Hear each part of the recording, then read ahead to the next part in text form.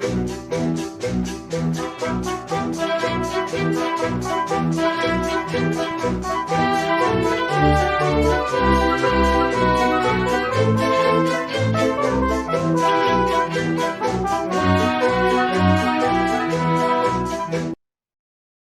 Brasil foi uma das primeiras nações americanas a instituir a escravidão colonial em 1530 e foi a última a aboli-la em 1888.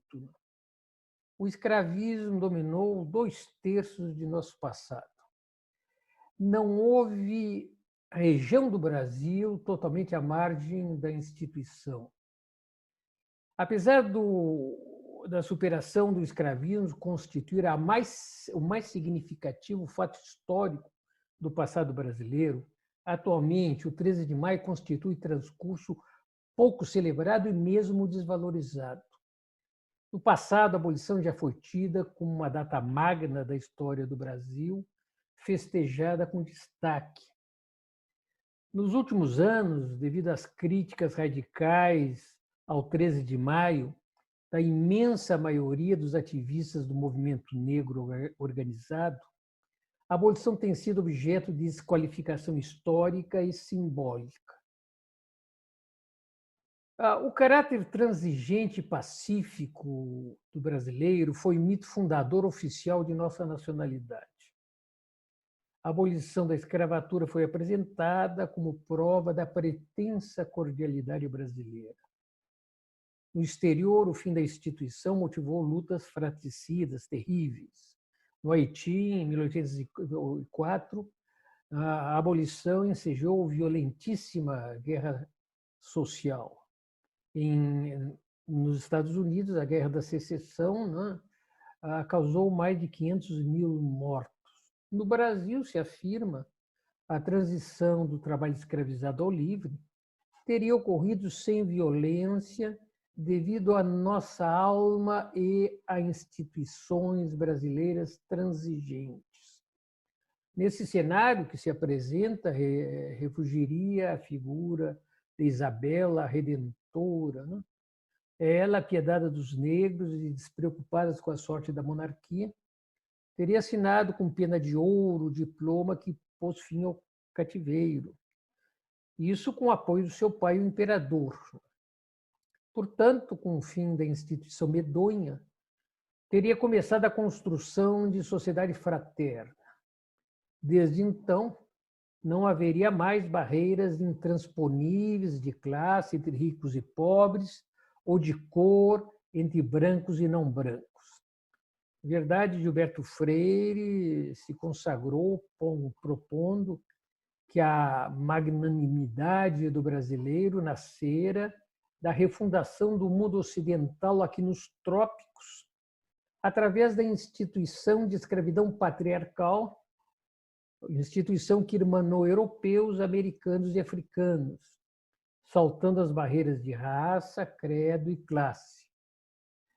Afirma-se também que praticamente todos os sucessos magnos pátrios, a independência em 22, a abolição em 88, a república em 1889, tinham registrado esse caráter cordato do brasileiro e de sua civilização. Entretanto, nos anos finais da ditadura de 1864, no contexto da mobilização popular antiditatorial, entidades negras combativas denunciaram a demagogia da democracia racial, que na realidade mascarava a dura realidade do país, né?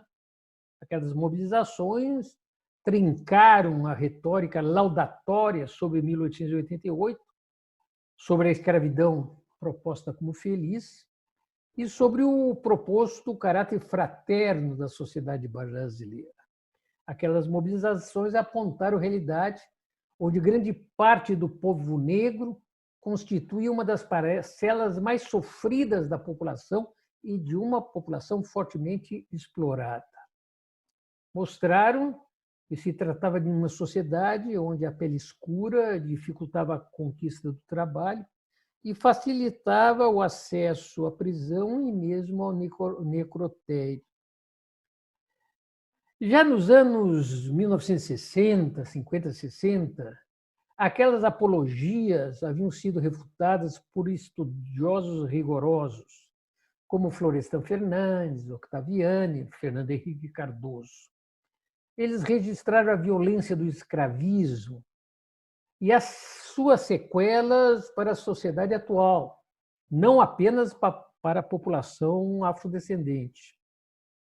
Porém, aqueles estudos, aqueles estudiosos, definiram a abolição como uma espécie de negócio entre os brancos, onde os cativos não tiveram um papel significativo e não teriam tido ganhos efetivos.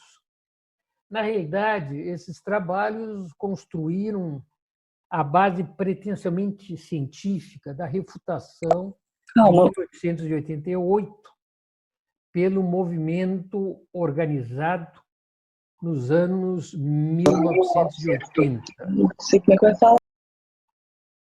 Aqueles autores haviam refutado também o papel do trabalhador escravizado como demiurgo do devir da antiga formação social brasileira, negando a efetividade das lutas sociais dos cativos. Aqueles autores apresentavam o cativo como espécie de figurantes mudos, que estavam sempre presentes, mas eram incapazes de girar a roda da história. Aqueles autores propuseram como Prometeu de nossa sociedade, na transição ao trabalho livre, o escravista progressista do Oeste Paulista e o imigrante industrialista. Devido a nesse contexto cultural, em 1988, quando as grandes celebrações do primeiro centenário da abolição, o movimento organizado abraçou acriticamente aquelas teses para denunciar a situação então vivida por boa parte da população afrodescendente. Na realidade, aquelas mobilizações da época se gritou: nada mudou, vamos mudar, na Candelária, no Rio de Janeiro. Defendeu-se que a abolição ocorrera sem indenização dos cativos, que os abolicionistas buscavam mão de obra barata. Chegou-se mais tarde a propor que a abolição piorou as condições dos escravizados. Teses de Gilberto Freire e dos escravistas e ex-escravistas, antes e após a escravidão. O movimento negro organizado propôs a abominação do 13 de maio e a celebração do 20 de novembro, data da morte de Zumbi, em 1697, o último grande chefe político-militar da Confederação dos Quilombos dos Palmares. Propuseram que o 20 de novembro fosse celebrado como Dia Nacional da Consciência Negra. A proposta que foi difundida também pela grande mídia. Essas leituras bem intencionadas consolidaram as apologias de uma sociedade brasileira sem rupturas sociais violentas.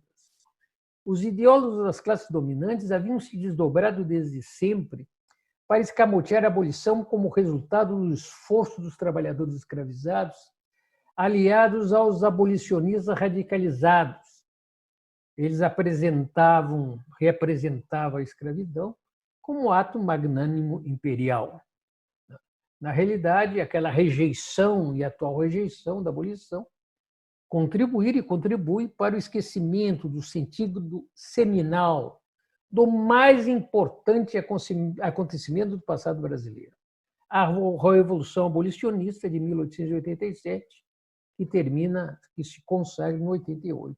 No 13 de maio. Nós temos que compreender que celebrar a abolição não significa reafirmar os mitos da emancipação plena do cativo em 1888 e de Isabel como redentora. Significa, ao contrário, recuperar a importância daquela superação, conquistada por uma frente política pluriclassista, dirigida pelo protagonismo exemplar dos trabalhadores escravizados, os principais interessados. naquele que foi o primeiro movimento revolucionário nacional de massas e a única revolução até agora vitoriosa do nosso país. Em forma alienada e imperfeita, após 1888, o povo negro sempre reconheceu e celebrou a abolição. Na realidade, sempre batizaram seus clubes e associações com o nome de Isabel, de 13 de Maio, da Redenção. Né? A própria Frente Negra Brasileira, né?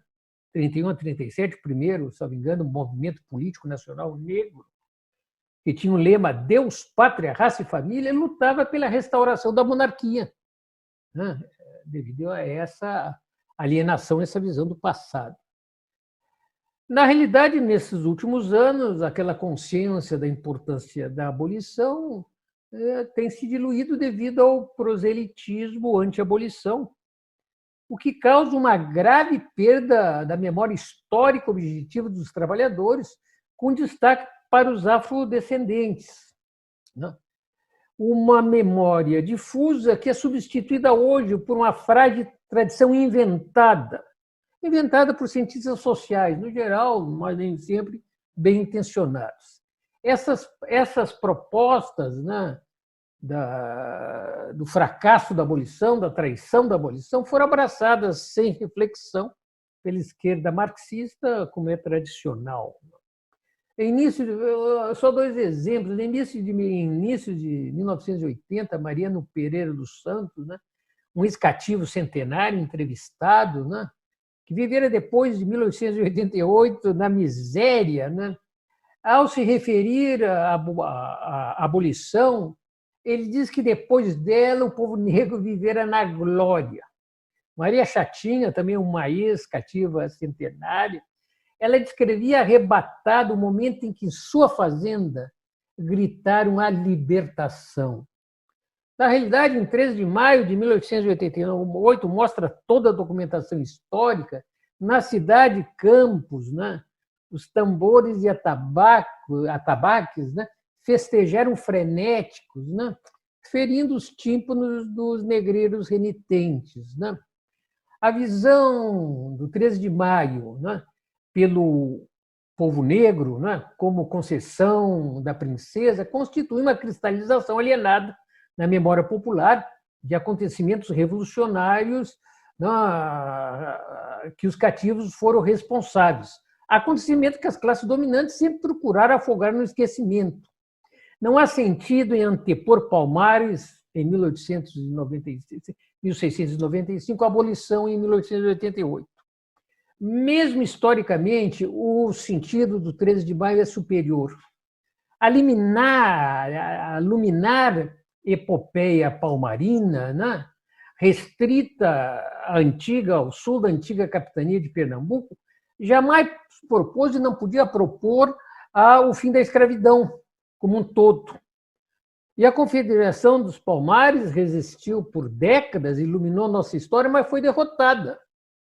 Em 1888, a Revolução Abolicionista foi vitoriosa, mesmo tardia e com limites. Ela pôs fim ao escravismo colonial, o modo de produção dominante por mais de 3 séculos, unificando o mundo do trabalho antes dividido em trabalhadores livres e escravizados.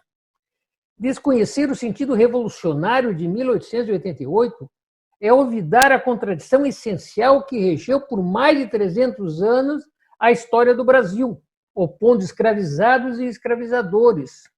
É desconhecer o caráter escravista do passado brasileiro, né, e olvidar as raízes afro-escravistas singulares do Brasil contemporâneo.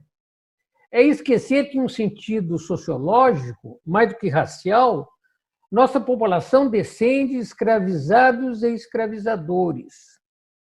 Nos anos 1950, autores como o sociólogo negro, grande companheiro e comunista Clóvis Moura, e o francês surrealista e trotskista Benjamin Perret propuseram, em forma isolada, né, pioneiramente, a resistência dos cativos como luta de classe no Brasil, por primeira vez, interpretação que já havia sido esboçada muito rapidamente por Astrogilo Pereira, em uma referência em maio de 1929, né, ao definir Palmares como uma autêntica luta de classes. Nos anos 1960 e 1970, alguns historiadores, sobretudo marxistas, né, propuseram a escravidão como produção social dominante. Né. Nos anos seguintes, produziram-se estudos sobre a sociedade, a economia e a resistência dos trabalhadores escravizados. Finalmente, em forma sintética, Ciro Flammarion Cardoso, em forma categorial sistemática, Jacob Gorente, apresentaram o escravismo colonial como um modo de produção historicamente novo e deram um salto de qualidade na análise da antiga formação social brasileira. Em os últimos anos da escravidão no Brasil, o brasilianista Roberto Conrad, um grande amigo do povo brasileiro, historiou a abolição como resultado do abandono maciço das fazendas, não sempre incruento, né, pelos cativos, sobretudo cativos da cafeicultura paulista, nos últimos meses do cativeiro. Abandono que era feito reivindicando sua liberdade civil e, comumente, relações contratuais de trabalho. Nesse momento, o núcleo central da escravidão se encontrava em São Paulo. Robert Conrad lembra que no Natal de 1866 fracassou o plano de abandono maciço da fazenda paulista planejado pelos abolicionistas radicalizados.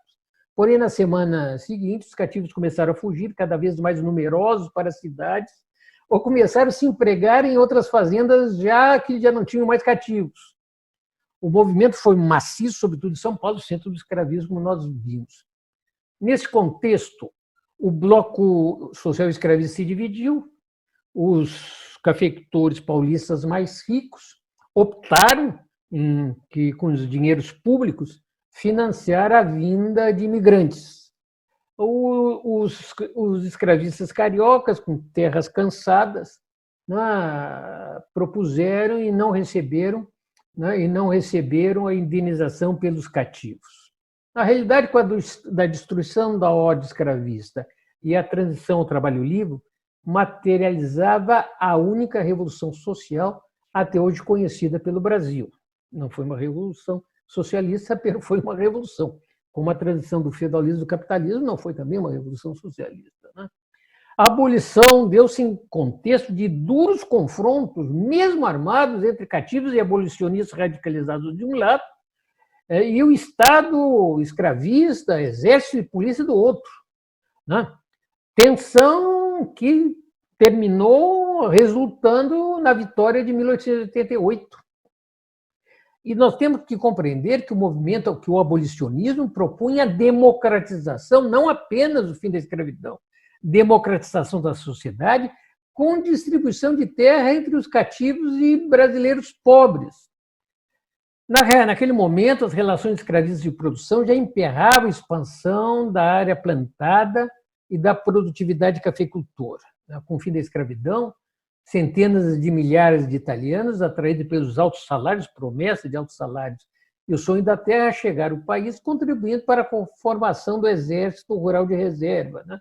Que a seguir vai ser formado por miseráveis, com destaque para os ex-cativos. Né? A monarquia surgira e, em 22, se mantivera a defender a escravidão e o tráfico negreiro. Com o fim de um e o outro, com o fim da escravidão, novas e mais complexas formas de relação de produção exigiam novas e mais complexas formas de dominação. Após o 13 de maio, sem o apoio dos fazendeiros, né, libertados agora do trabalho escravizado, a monarquia tentou galvanizar a simpatia da população negra para defender o terceiro reinado, que jamais se realizou. Em julho de 1889, vitorioso nas eleições parlamentares, o Gabinete Liberal de Ouro Preto apresentou o programa reformista: voto secreto, ampliação do colégio eleitoral, liberdade de culto e ensino, laicização dos cemitérios, a relativa autonomia provincial. Entretanto, a negativa de aceitar a reivindicação federalista das oligarquias provinciais e devida proposta de distribuição de terra, favoreceram a deposição do imperador, o fim da monarquia, que foi apoiada e levada a bom sucesso pelos conservadores, derrotados nas eleições, representante, naquele momento, dos banqueiros, comerciantes e fazendeiros. O golpe militar de 15 de novembro de 1889 liquidou o fim do impulso reformista do abolicionismo vitorioso, já que pôs fim ao centralismo político monárquico. A monarquia já sem qualquer apoio das classes dominantes. A Constituição republicana sancionaria um novo ordenamento antipopular, exportador, latifundiário e, sobretudo, federalista, apoiado em diversas formas de exploração do trabalho livre. A República foi, sobretudo, federalista, exigindo das oligarquias agora, as oligarquias que dominavam antes as províncias e agora dominam os estados. Com a República, os conservadores vestiram a casaca republicana e retornaram ao poder, pondo fim às veleidades liberais, abolicionistas e reformistas. Na realidade, quando as populações se levantaram após a República, confusamente, em Canudo, contestado na Revolução nos marinheiros negros, pelos seus direitos, foram acusadas de serem barbáricas e duramente massacradas. Era a cara verdadeira da República. Durante toda a monarquia, os Braganças sustentaram e foram sustentados pela escravidão. Portanto, em 13 de maio, a herdeira imperial apenas sancionou o projeto de lei aprovado no parlamento. Ela não fez mais nada do que isso, assinando o atestado de óbito da instituição, liquidada pela sublevação dos cativos. Já não havia mais, praticamente, cativos nas fazendas. Foi, portanto, ação estrutural das classes escravizadas durante os 3 séculos de cativeiro que construiu as condições para a destruição da escravidão. A rejeição permanente do cativo ao trabalho fetorizado impôs limites insuperáveis ao desenvolvimento da produção escravista, determinando altos gastos de coerção e de vigilância, abrindo espaço para formas de produções superiores. Em 1888, a Revolução Abolicionista destruiu o modo de produção que ordenara a sociedade. Negar essa realidade devido às condições econômicas passadas ou atuais de parte da população negra, da maior parte da população negra, é compreender a história em um viés ahistórico. Os limites da abolição eram objetivos, eram históricos. No crepúsculo da escravidão, nos últimos anos, o cativo era a categoria social em declínio, concentrada em São Paulo e no Rio de Janeiro, que lutava pelos direitos cidadãos mínimos, com destaque para a liberdade civil, queria ser livre. É proposta retórica a impugnação do conteúdo revolucionário da abolição, porque os cativos não foram indenizados. A luta pela liberdade civil, a propriedade latifundiária, a pouca difusão das hortas servis durante a escravidão dificultavam a reivindicação e distribuição de parcelas de terras para os cativos, única possibilidade de indenização. E essa distribuição exigia a união revolucionária de cativos, libertos, caboclos, proceios, colonos, impossíveis na condição histórica da época. Lembro novamente que essa distribuição de terra foi defendida pelos abolicionistas, aceita pelos liberais e impugnada pela República Federalista em 15 de novembro de 1889. Na realidade, o Robert Conrad propõe a República como uma verdadeira contra-revolução popular. Portanto, concluindo, a história avança a partir do esforço dos explorados. Avançou do escravismo ao feudalismo, do feudalismo ao capitalismo, sem jamais obter a emancipação total dos produtores diretos. Conquistam muito, mas não conquistam tudo, não se transformam, não acabam com a exploração. A tarefa de acabar da exploração é tarefa da Revolução Proletária, que é apenas possível devido ao desenvolvimento das forças produtivas materiais. A Revolução Abolicionista foi o primeiro grande movimento de massas, cidadão, moderno, promovido pelos trabalhadores escravizados, os principais interessados, em aliança com libertos, com trabalhadores livres, com segmentos médios. Foi a única, repito, revolução social vitoriosa do Brasil. As mazelas da sociedade brasileira atual não se devem aos nossos ancestrais, que eles, sim, souberam fazer a sua revolução social e democrática, ainda que em forma tardia e limitada, nos limites inexoráveis da época. Fazer avançar aquelas conquistas, né, para o nível de extinção da exploração é tarefa da nossa geração e da nossa revolução.